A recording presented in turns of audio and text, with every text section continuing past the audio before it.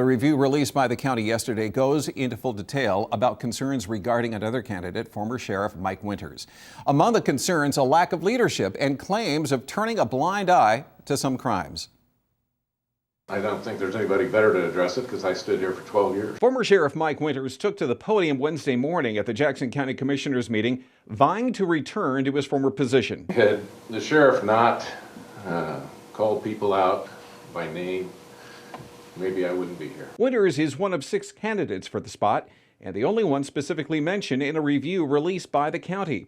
That review draft was the result of Sheriff Corey Fall's complaints of discrimination. It reveals claims that he made regarding Winters to the third party hired by the county.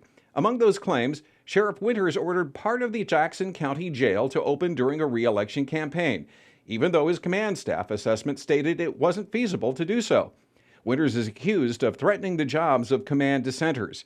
It was claimed background checks were compromised in an effort to open the basement of the jail. The result? Staff who were not suitable for hire and should have been rejected.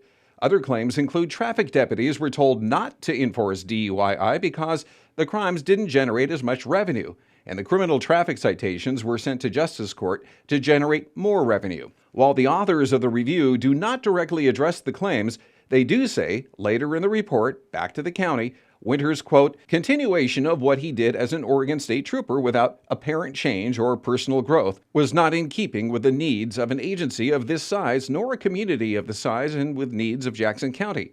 It further states, Sheriff Winters neglected managerial and leadership issues core to his office and often promoted based on a good old boy network. And Sheriff Winters did not perform the functions deemed to be essential to the position he held. Now, we reached out to Winters and he did not return our calls. In his cover letter applying for the sheriff's post, he states, and quoting here, I return humbled. In a citizen's role, my eyes are wide open to the changing of times and the current needs of the county, the residents, and our sheriff's office staff. And that's a quote. In addition, he says he is ready for increased transparency from the sheriff's office.